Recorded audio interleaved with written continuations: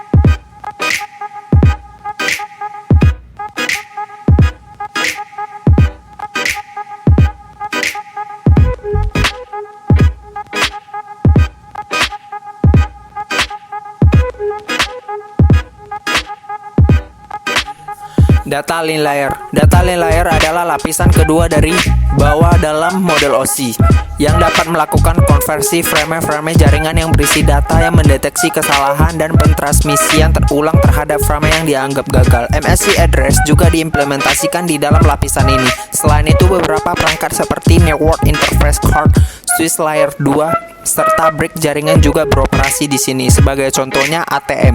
ATM mensuplai setiap peralatan dengan media yang dipersembahkan menghubungkan ke sebuah switch. ATM dapat digunakan dalam local area network dan wide area network. Dalam pembangunan LAN, ATM dapat menghemat biaya karena pemakaian yang akan menghubungkan dirinya dengan sistem ATM LAN menggunakan adapter untuk menyediakan kecepatan transmisi sesuai dengan bandwidth yang dibutuhkan. ATM merupakan jaringan backbone, yaitu dasar bagi jaringan dan layanan yang lain. Yang kedua, internet. Selain karena harganya terjangkau, teknologi internet sangat mudah diadaptasi oleh perangkat seperti modem, printer, scanner, serta perangkat teknologi informasi lainnya. Sejalan dengan perkembangan teknologi dan semakin meningkatnya kebutuhan masyarakat akan layanan komunikasi data, teknologi Ethernet juga digunakan sebagai interface dari layanan data communication yang lebih dikenal dengan nama Metro Ethernet. Yang ketiga, Fiber Distributed Data Interface (FDDI) kebanyakan digunakan sebagai teknologi backbone kecepatan tinggi karena dukungannya untuk penyediaan bandwidth yang lebih besar daripada kabel tembaga biasa. Yang keempat, Multi Protocol Label Switching adalah jaringan network yang didefinisikan oleh IETF untuk memadukan mekanisme label swapping di layer 2 dengan routing layer 3 untuk mempercepat pengiriman paket. Yang kelima, token ring. Dengan token ring, pelaratan network secara fisik terhubung dalam konfigurasi topologi ring, di mana data dilewatkan dari device atau pelaratan satu ke device yang lain secara berurutan.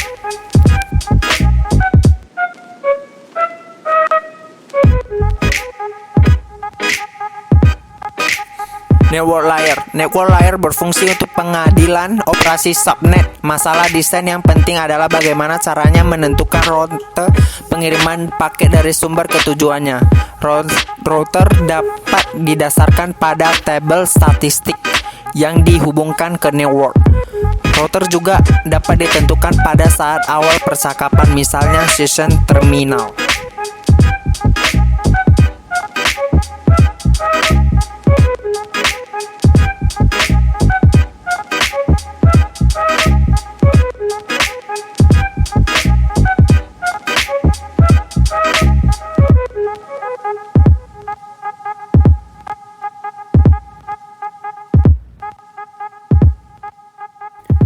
Transport layer.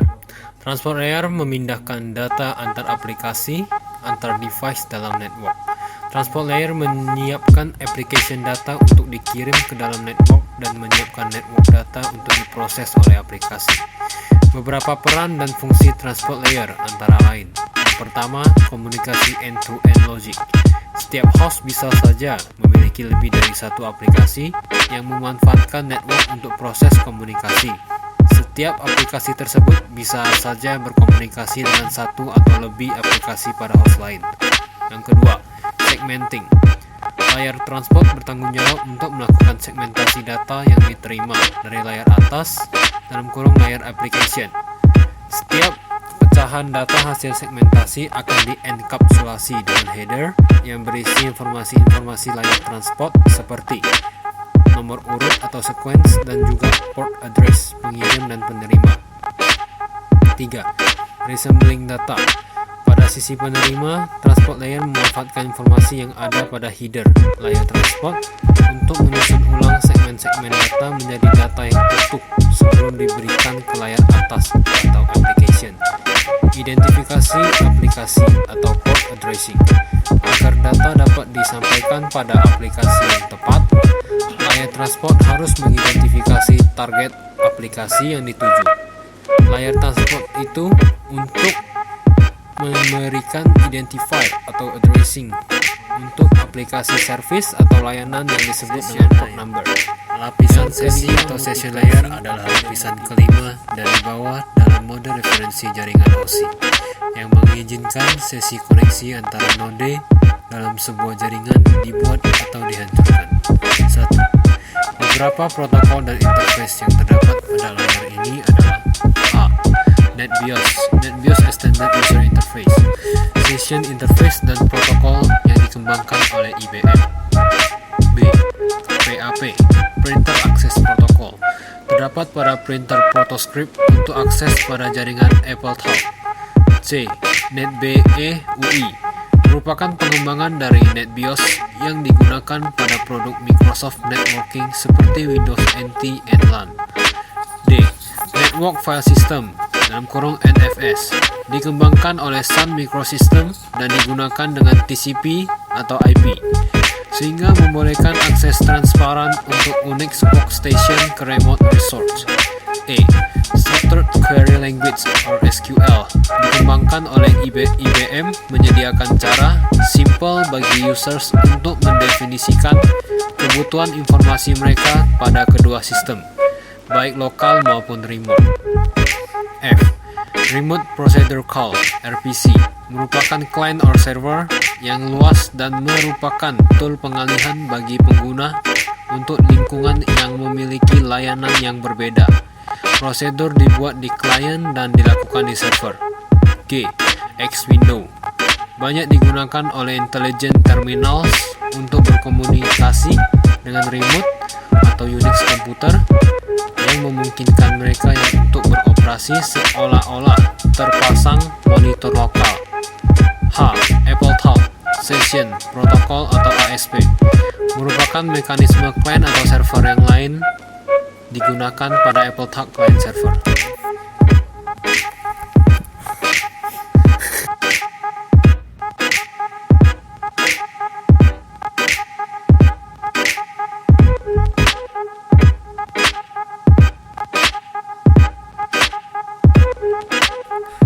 Presentasi layer. Presentasi layer merupakan fungsi-fungsi tertentu yang diminta untuk menjamin penemuan sebuah penyelesaian umum bagi masalah tertentu.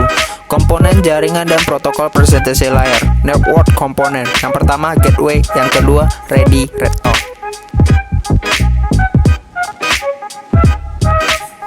Application layer. Application layer merupakan layer atau lapisan teratas pada model OSI referensi ketika user akan mengirimkan pesan dan menjadi layer atau lapisan terakhir pada sistem OSI referensi.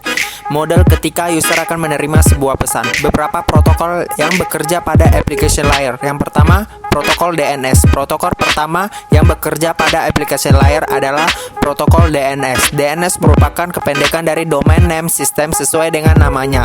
Protokol DNS ini merupakan salah satu protokol yang sangat penting di dalam jaringan komputer karena DNS merupakan definisikan IP address pada tiap-tiap komputer sehingga semua komputer dapat saling terhubung satu sama lain dengan menggunakan IP address. Yang kedua, protokol HTTP. HTTP atau yang merupakan kependekan dari Hypertext Transfer Protokol merupakan salah satu protokol yang paling populer dan paling sering kita temui. HTTP merupakan protokol yang digunakan pada web browser untuk mengambil atau memanggil sebuah halaman atau situs website yang disusun dengan menggunakan sistem HTML. HTTP merupakan protokol yang tersambung ke dalam www atau World Wide Web dan merupakan bagian penting dari protokol internet. Yang ketiga, SMTP atau POP3.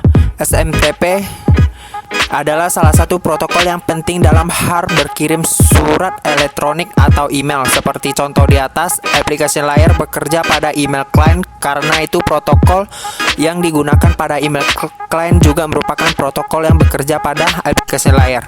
SMTP merupakan kependekan dari Simple Mail Transfer Protocol, sedangkan POP3 merupakan kependekan dari Post Office Protocol versi 3. SMTP digunakan sebagai protokol yang membantu mengirimkan email ke dalam mail server, sedangkan POP3 merupakan protokol yang digunakan untuk mengambil dan membuka email yang terdapat di dalam mail server. Yang keempat, FTP. FTP merupakan kependekan dari File Transfer Protocol. FTP merupakan protokol yang digunakan untuk melakukan pengiriman atau pentransferan data di dalam sebuah jaringan internet. Dengan menggunakan protokol FTP ini, maka user dapat mengirimkan file dan juga data ke komputer lainnya hanya dengan menggunakan aplikasi saja, tanpa perlu repot menggunakan flash drive. Yang kelima, DHCP. DHCP merupakan kependekan dari Dynamics Host Configuration Protocol yang merupakan protokol yang digunakan untuk membantu melakukan konfigurasi terhadap alamat IP dari komputer Anda di dalam sebuah jaringan komputer. Yang keenam, Telnet. Telnet atau Telecommunication Network merupakan protokol yang banyak digunakan untuk melakukan akses jarak jauh terhadap suatu komputer. Fungsi Telnet sendiri cukup berperan penting dalam sebuah jaringan komputer karena dapat menjalankan komputer dari jarak jauh tanpa perlu meremote langsung ke tempat di mana komputer itu berada.